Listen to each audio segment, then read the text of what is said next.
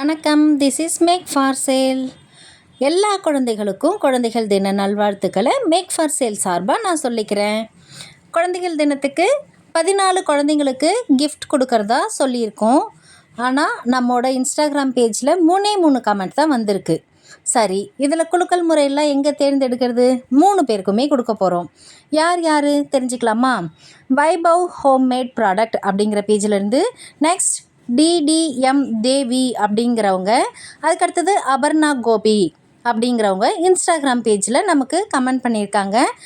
இதே மாதிரியே யூடியூப்லேயும் சொல்லியிருக்கோம். நம்ம யூடியூப்பில் கமெண்ட் பண்ணினவங்களுக்கு அதே குலுக்கல் முறையில் தேர்ந்தெடுத்து ப்ரைஸ் தரோம் அப்படின்னு சொல்லியிருந்தோம்.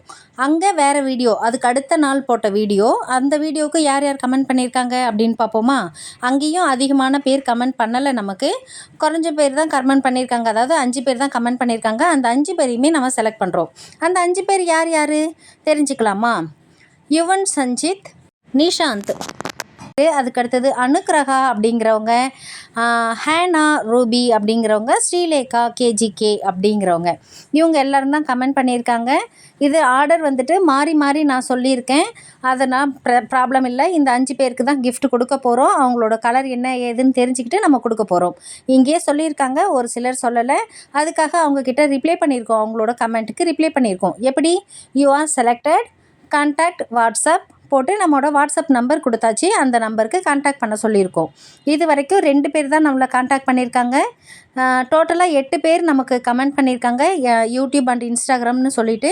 அந்த 8 பேரில் 2 பேர் தான் கான்டாக்ட் பண்ணியிருக்காங்க. இவங்க எல்லாருமே நாளைக்கு இன்றைக்கின்னு கமெண்ட் பண்ணி முடிச்சுட்டாங்கன்னா திங்கக்கிழமை அவங்களுக்கான அது டிஸ்பேச் முடிஞ்சிடும்னு நினைக்கிறேன். பார்ப்போம். அதுக்குள்ளே முடிஞ்சிடுச்சுன்னா நான் திங்கக்கிழமை உங்களுக்கு வீடியோ போடுறேன்.